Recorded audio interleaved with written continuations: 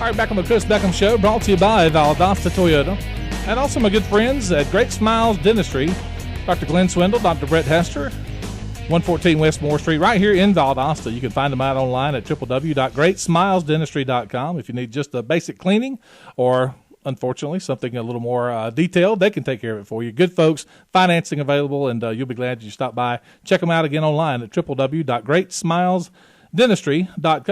As I mentioned earlier, as we've talked about a lot on this show, the issue of school consolidation has been first and foremost on the minds of many Valdostans over the last several months, and two gentlemen who have been very much involved in that effort, representing the CUEE committee here with us in studio today, Jimmy Watley and also Mike Hill. Gentlemen, good afternoon. How are you? Good evening, Chris. Good to be with you. Fine, thank you. Good to see y'all, and I appreciate you stopping by. First of all, Jimmy, I know you are a former school board member of the Valdosta City School Board for how many years? About 6 years. Six years. And so obviously, I guess you have been you've been involved in public education and also in our business community as well. So I'm assuming that those two backgrounds have was what got you interested in this discussion.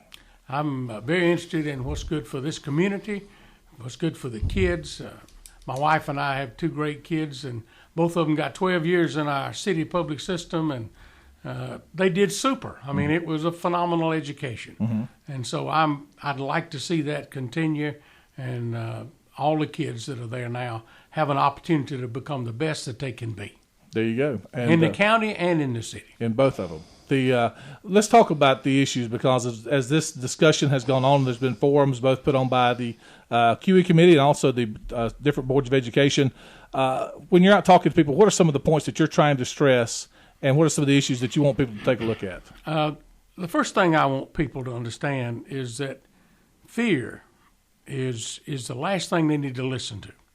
And when people say, well, we don't this, we don't that, we don't know, the wisdom of our state folks put a law in place that said that there will be some time to develop a plan, and that time is after the vote. It clearly says, and that's one of the things I wanted people to understand. I'm going to read it from Section 22-371. It says, when the results of the election held under the Code 20-2-370, that's the kind we're going to have on the 8th, are declared and published in favor of repealing such independent school system, making the territory included in the system that are to become part of the county school system.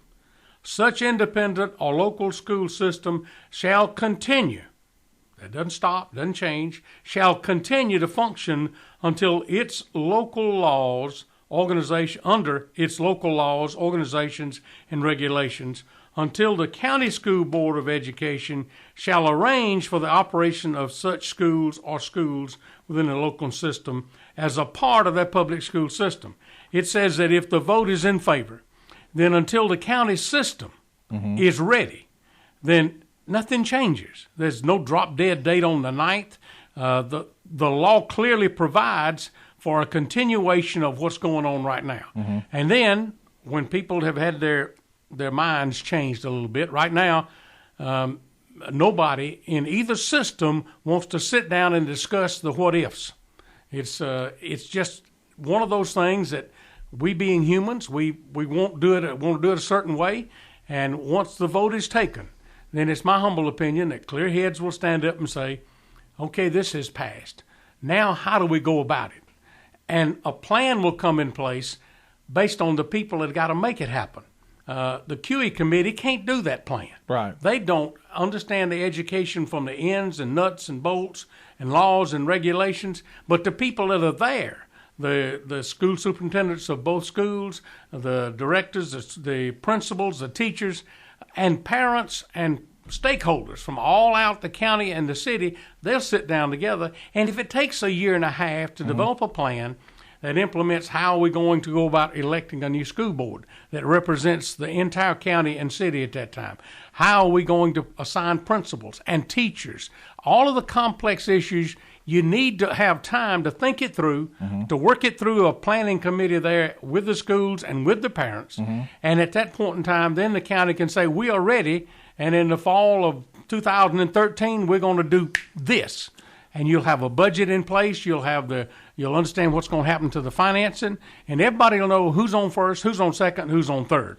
Now, the question is, will the state continue to send funding down for two school systems? If two school systems have said, we're going to come together and be one, and it may take us 5 years, will the state say, okay, well, we'll continue to fund you for 5 years, because if they don't, we're going to have a real problem? The predominantly amount of money that comes from the state comes on a per-child basis or full-time equivalent. That's on the 15th. They're supposed to report what's my average attendance so I can calculate a full-time attendance. And that number wouldn't change. They wouldn't say, okay, these 6,000 kids, just because they've consolidated and hadn't showed up over here in the county, we're not going to send that money. Mm-hmm. So it doesn't, I haven't gone to the state and asked them, but I believe a reasonable state person would say those monies have been allocated for that, they are there for that, and they are moving in the right direction. Why in their right mind would somebody say and believe that it's going to not be available? It just doesn't make sense. And we believe the same for federal funding as well. Is that correct? Federal funding would come per child. That's how that flows. Okay. All right. So that kind of takes care of the process of how it would happen if it were to pass. That's just my suggestion. Right. And they're probably going to be folks when it passes, or if it does, they'll have better ideas than mine. But I'm here to tell you, signing up on the 9th and shutting down what's doing and taking over without any plan, right. Now that is a sign for, I won't say. It would be folly, I would think. And again, I know we have phone calls coming in, and we're going to be taking some phone calls. But first, we want to get an idea of exactly what they're talking about. So, callers, don't think I'm ignoring you. We'll get to you, I promise. But we want to give them a chance to speak first. So that talks about the process of it and what may or may not happen if it does pass. But let's talk about why CUEE believes the consolidation will enhance education. That's the entire crux, the entire push is making education better for school children in Valdosta and Lowndes County. Why would that happen if we consolidate school systems? I take a perspective of, let's look 10 years down the road. Okay. All right. If you stop today and don't consolidate, the city system will look a lot more like what's going on in Albany, Georgia today. When I was on the school board probably 16, 18 years ago, I started tracking attendance by school, by race. I looked at graduation, and my way of looking at graduation rate was to take the number of kids that come into the 9th grade and look how many graduate 3 years later. Mm-hmm. And that number showed that we were doing a pitiful job. We were in the 60 to 65% pass, mm-hmm. Graduating. It also showed that we were trending toward a balanced racial school system to one that more came toward the African American approach.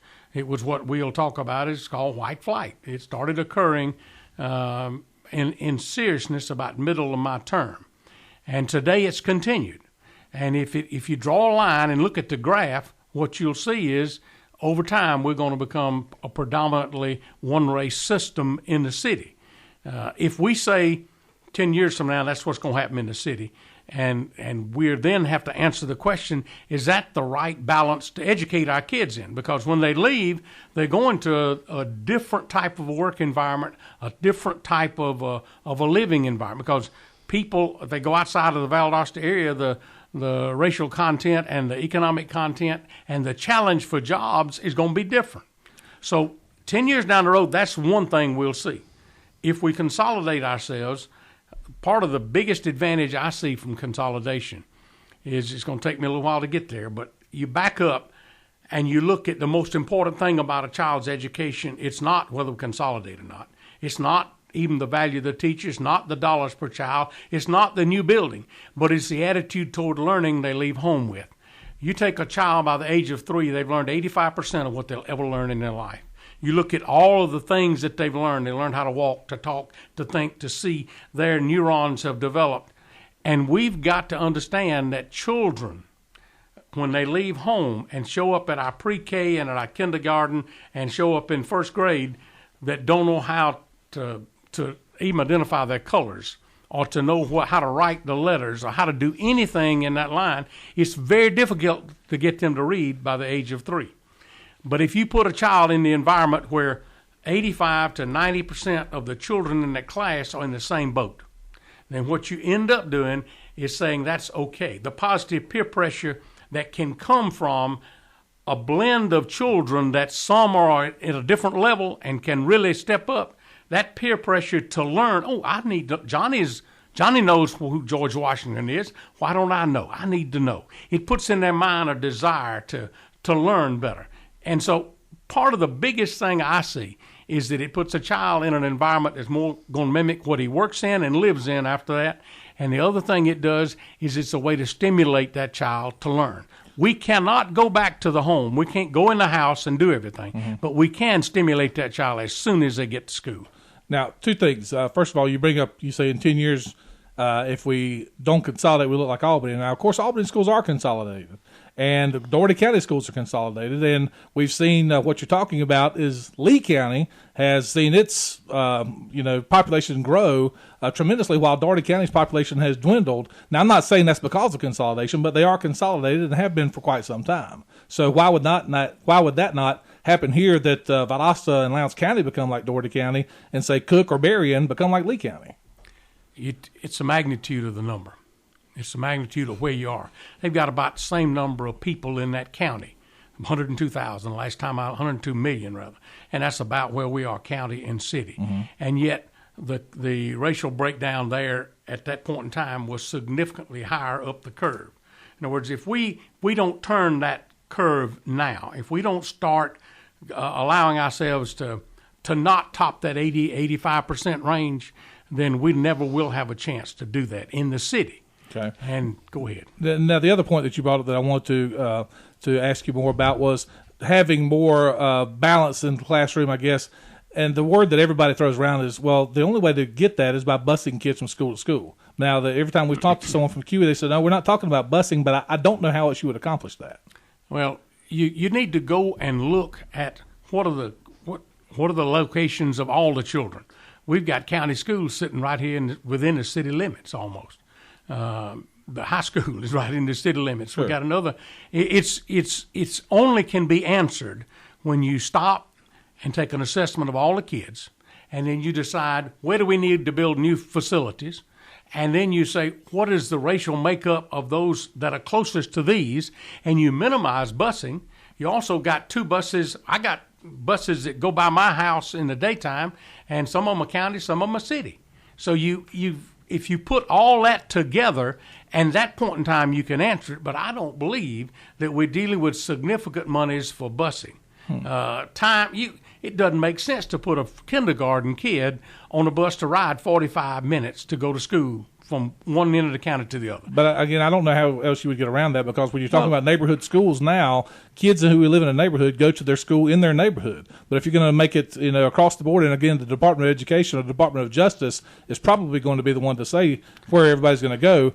And I just don't see another way around it. When you talk about people going from, I've heard the argument, well, we're going to go from Lake Park to Lowndes, that's busing already. Well, that's because there's not a high school in Lake Park. There is one in Valdosta, but kids who go to elementary school in Lake Park go to Lake Park Elementary. So, but you would have to change some of that up to achieve this racial balance. Nobody said you're going to take it and every school has to have exactly the same amount of racial balance. But more than what they have now. You would probably increase that. I would like to see some increase in that balance in order to help all the kids get a better education. Again, Mike Hill joining us today as well. Mike, a longtime businessman here in Valdosta. And Mike, tell me what's your part in this process. How did you get involved? 10 years ago, I used to write a column for the Valdosta Daily Times, and I've been beating this drum since 2002.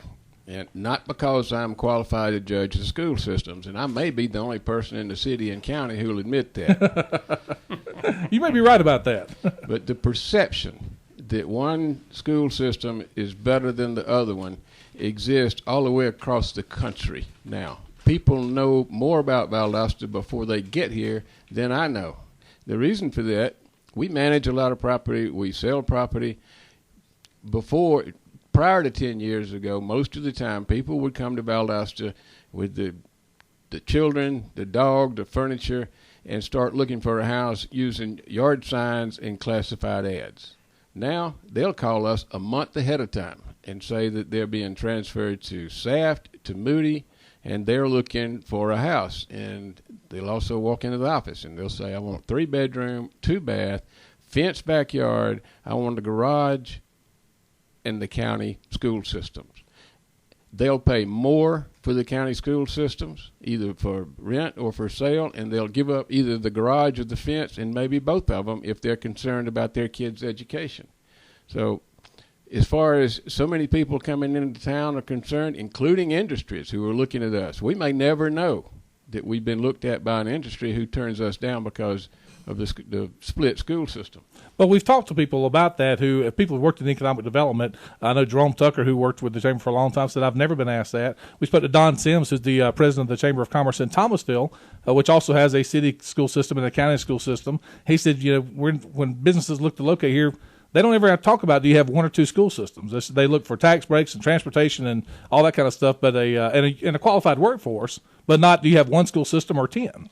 If you think that a business or a corporation or somebody coming to looking at Valdosta is not going to look at the quality of the education for their employees, you're deceiving yourself. Well, no, not quality of education, but number of school systems, because you're implying that having one school system is going to give you a better education. Which is the perception that we're dealing with the majority of the time when somebody comes in from out of town. The perception is that one school system is better than the other one, and that perception is so strong that they will give up. They will pay higher payments. They'll give up the garage or the fence. They'll get rid of the Cocker Spaniel sometimes to get into the county school system if they are concerned about their children's education. And the ones that aren't coming here, all you got to do is go on the internet and look to see what the statistics are. It's gotten to the point that on my website, we have to put those statistics between the two school systems on my website just to save us time, because people ask that. So you're not even saying that consolidation would improve education. You're simply saying that the perception would be better for the citizens of Valdosta when folks come into town to look to move here. Hey, you said I'm a businessman. Mine is I'm a one-horse trick here. That's fine. Right? I'm concerned about what it does to real estate, and everybody who lives in the city ought to be. Mm-hmm. If you run a city-county line right down the middle of a street, and you had identical houses, assuming those existed, and one of them was in the city and one of them was in the county, there's going to be a significant difference in the price between those two. Again, we're joined by Jimmy Watley and Mike Hill today. One of the other issues, and I think this is a major one that we haven't touched on yet today, and again, we'll ask this and we'll take your calls in just a moment, is the issue of financing. We've seen the report from the Lowndes County Board of Education that because of the lost funding, when you make two school systems, one school system, and also some of the other things that CUEE has asked for, magnet schools, or talked about that could happen, magnet schools, there's a lower student-teacher ratio, or school system, I should say, enrollment ratio, because right now, CUEE says we need to have schools that have no more than, say, 500 students. Well, to achieve that, you got to build more schools. Cost in that, taxes will go up significantly. How do you get around that? And also talking about bringing businesses in, I would think that would make it tougher to recruit a business if the taxes go up, 20, 30, 40%, as it has been estimated. Let me butt in on that one. Sure, please. And Jimmy knows the exact figures, but the difference in the city millage for the city school systems has already gone up significantly over the past several years. How much is that, Jimmy? It's gone up. It's gone up, so it has gone up. There's no question. I can't give you a percent. But we know it's gone up. You're right. It has gone up. 10 years ago, the city had a much smaller millage than the county. The county's millage has stayed about the same. The city's was, let's say it was 10 points below, and I'm not exactly sure what the figures were. 10 points below what the county's was. Now it's 10 points higher.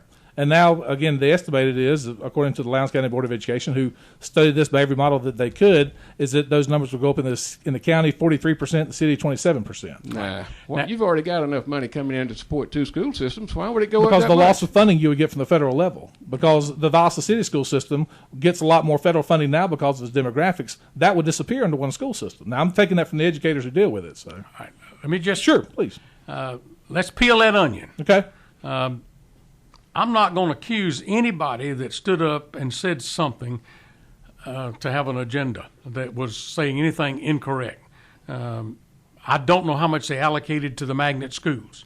I don't know how much they allocated to bringing in line the retirement system for teachers in the city versus the county. Mm-hmm. But I do know that in the last 3 years, and I'm looking at the numbers right now, there's been a 24% increase in the amount of money that the county gets from local sources. and there's been a 21% increase in the city. I do know that today, the budget that was approved this year, they operating on, the local funding for the city is $25 million, and for the county is 21. That represents a 21% and a 24% increase between '08 and this year. So they've held the millage right the same. But what's happened is the tax digest has gone up. Matter of fact, the tax digest in the county is growing significantly faster.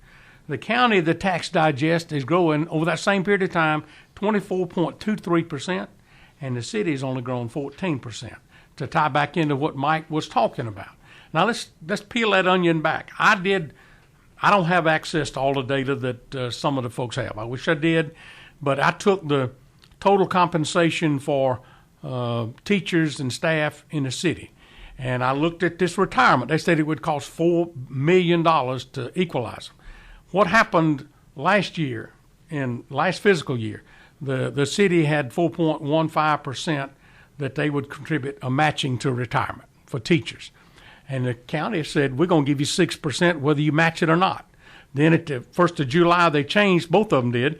The city went to 2%. They would match up to 2%.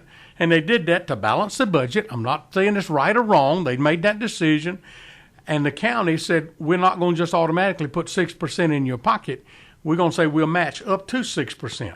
In order to make that calculation of what the difference would be, I'd have to know what percentage of those people, sure, what their salaries were and what they, right, and I don't have access to that. Right. But my guess is that real differential taken from their budget, the salaries, and multiplying it times the 4%, and taking just a little bit off for folks not going, it's less than $1 million.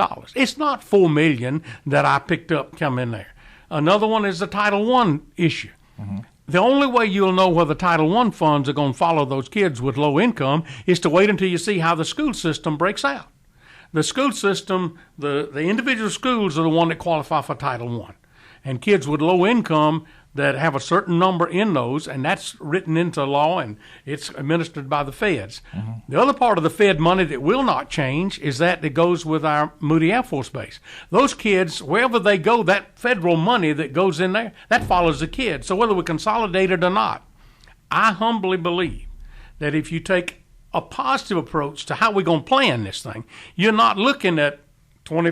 Legally, you can't get 25 meals. That's exactly right. You know, so 21 meals. You're looking at staying in that same range. I did some math on what would happen if you didn't do any changes, and I looked at the local tax digest, and I calculated that you would have a millage of 15.83% if you took the same expenses and same tax digest and consolidated that issue.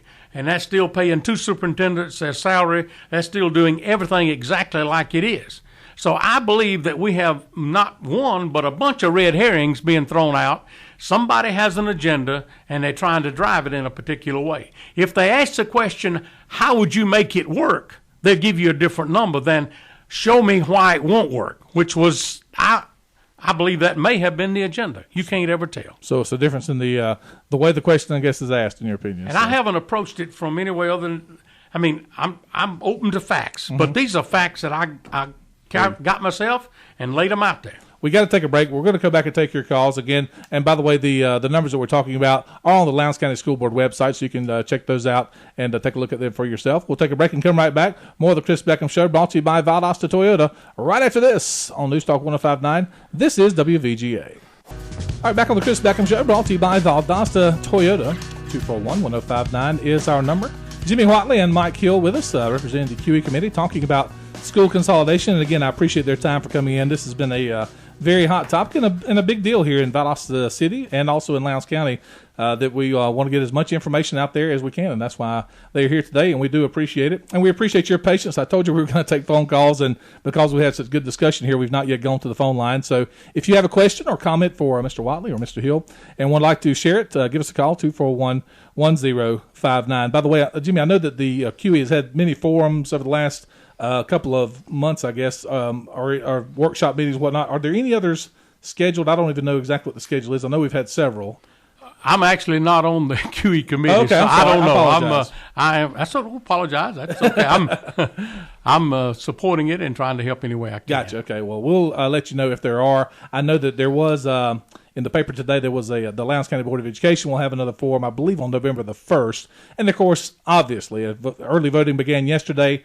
And we urge you, no matter where you fall on the subject, to get to the polls. November the 8th, you have early voting now. There is absolutely no reason not to make your voice heard at the polls if you are a citizen of the city of Valdosta. So we urge you to go and make your voice heard. And that's what this whole entire thing is about. And I hope we get great voter turnout coming up on November the 8th. Again, 241-1059 is our number. There's so many different areas this encompasses. And let me go to the phones before we get into that. 241-1059. Hello, caller. Go ahead. What's going on, Chris? How much? How are you? Man, I'm wet. Yeah, is it raining? Yeah, it is coming down now. Hey, I got a question I'd like answered. Okay. I would like to know how moving a kid from one school to the next is going to make them learn any better, and how are you going to racially make these schools equal without busing, and how does the CUEE committee plan on paying for all this without raising our taxes? And I'll listen to y'all off there. That's three pretty big, broad questions. I don't know, but I appreciate your time, man. Thanks. We touched on some of that earlier, Jimmy. You talked about, just to quickly recap, you believe that if kids in their schools see kids in their classes, I should say, who are achieving, that's going to drive them to achieve more. Am I right? That is correct. Yeah. That's the positive peer pressure approach. And the answer on busing, you won't know that until you actually have a design for each individual school, know where you need school buses, and paying for it is, in my opinion, we're in the same ball game right now without raising the millage on a combined basis. It's the kind of thing, if you have the will to plan it and to do it the way you make it work for best for all the kids. And once it passes, the new school board will then have a fiduciary responsibility to represent every kid. They absolutely. Legally, they will. They absolutely will. Let's go back to the phone lines to take your calls. Hey, caller, how are you? I'm great. How are you doing? Good. I have a couple of questions, or maybe a statement and a question. Mr. Watley, I think is his name, is stated that he would love to see racial equality in the class. That's what he wants to see. But the first commercial that y'all ran stated that is the reason you want to consolidate is because of racial equality, and I do not. That's something I don't understand. The second one is, I believe he stated we would have to build more schools in certain neighborhoods. And explain to me where that funding will come from, because as it stands right now, Lowndes High can't even afford to build a second high school that they wanted to. Okay. And I'll listen to my answers off there. Hey, I appreciate your call. Thank you. Thank you. School buildings are designed, and when I got off the school board, we had our first splosh, and we laid out what we wanted to do. We have spent a ton of money, county and city. I don't know that I said we needed one. I just said if you need one, if the plan calls for it, and I humbly believe that we do need another high school in our combined systems. So that location has already basically been picked. There's a couple of schools already been built there, and I'm of the opinion that if we decide we need one, then a splosh will pass next time. If we don't need anything like that, then splosh may not pass. You don't ever know. But that's where the building funds come from. And again, just from everything that some of the statements that CUEE has put out on their, and it's on their website, which is CUEE Inc., I believe, .org, talking about the lower number of students in each school. I mean, if we had the same number of students that we have now, you're almost going to have to build some to accommodate those, which we would like to see. And, of course, we'd love to see fewer students at a school. But, again, there's a price tag that goes with that. And the first question was equality, and talking about some ads. And I'm not on the CUEE, and I don't remember that. And I don't believe I used equality in that sense. There's a word called balance, and there's a reason that has to come with balance. You don't take a kid that's in kindergarten and ship them 45 minutes somewhere. You have to look at it in that fashion. And the south end of the county, the total number of kids that could get to a school in the south end of the county is very limited. So you probably won't have any changes there. that's a general answer to your question, sir. Thank you. Hey, caller, go ahead. Yes, sir. I would just like to know a little more about Mr. Watley's professional background, where he is employed or where he was formerly employed, who his boss was. Thank you. Okay, I don't quite know what that's got to do with the discussion, but Jimmy. I've been in Valdosta about 32 years. I came here with Griffin Corporation, and for about 25 of those, I was Vice President Business Director for Griffin Corporation, and have known Rusty for that period of time and found him to be a man of integrity and honesty. And I found him that what you see is what you get with Rusty. We can make this all about Rusty if you want to, but in reality, he's doing this because he believes that's best for the kids. And I am too. If you stop and think about the kids that are going to be hurt, it's not those kids that learn easy. It's not those kids with mobile parents. It's those kids that are economically deprived. And what's best for them and how we're going to keep them as a society moving forward is a critical issue to me. I just spent the weekend volunteered to go out to the prison on a weekend called Kairos, where you go out and spend 3.5 days, interacting with 42 of the, we call them residents, some folks call them inmates. Mm-hmm. And we get to know them pretty well. One of the characteristics that I've found over the last 18 years I've been doing that is that most of those people out there don't have a good education. And another thing is they don't have a good home life. Very few of them have a father. And that's a man involved in their life. And when you take 50% dropout in our Valdosta City school system, and of that, the African-American males, 35% of them will end up in a jail. And so we're taking and spending $35,000 a year to incarcerate that individual, where the best way to improve and avoid jail is to have a good education. So those are some of the drivers, and I know Mr. Griffin, Rusty, has worked out there. Those are some of the drivers we have. No, I don't think anybody's arguing that at all. 241. We got time for a couple more calls, and I'll fill just about our hour. Hey, caller, go ahead. Hey, Chris. First of all, I want to tip my hat to Mike Hill, because he's actually the first person from CUEE that I've heard that says that, what his agenda is. It is, it's nothing to do with education, that it has to do with business, and I really do appreciate that. Let me correct you too. I'm not from CUEE.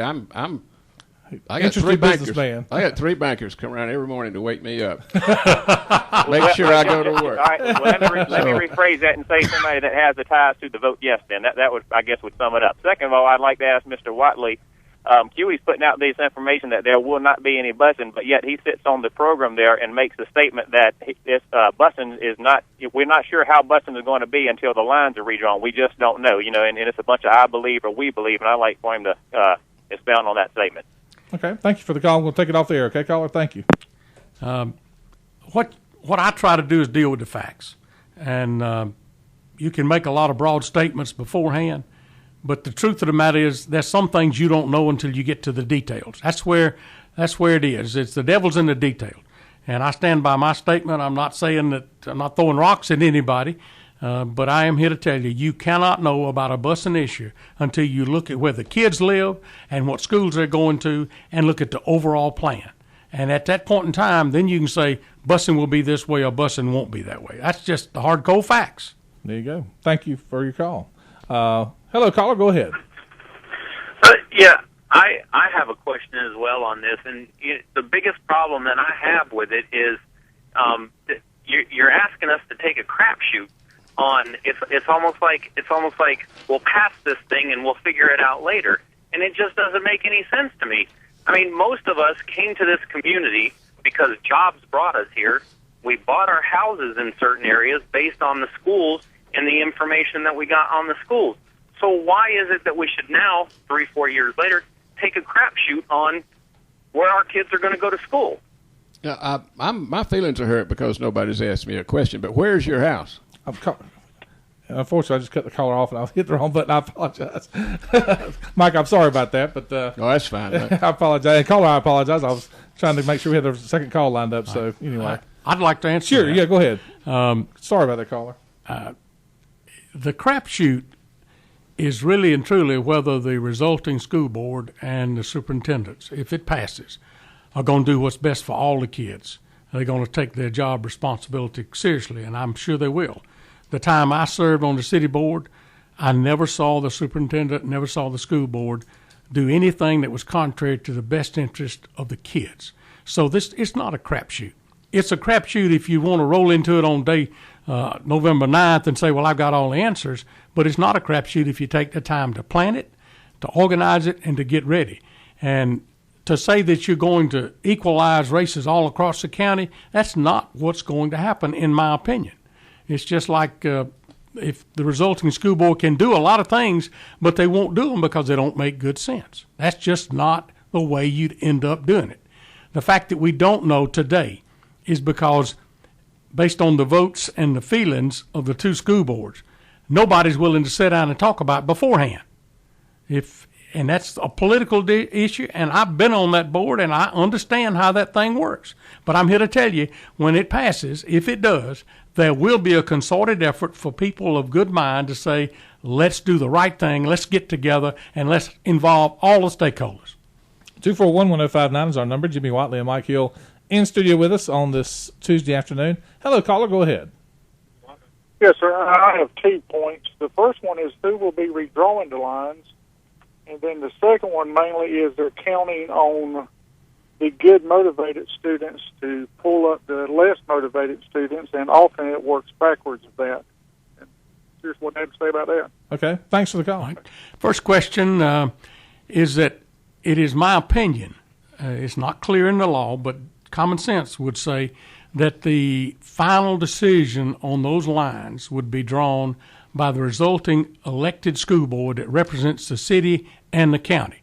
And if I had my way about that, what would happen is every school board member that's elected would have both county and city zones in their district. They would represent both.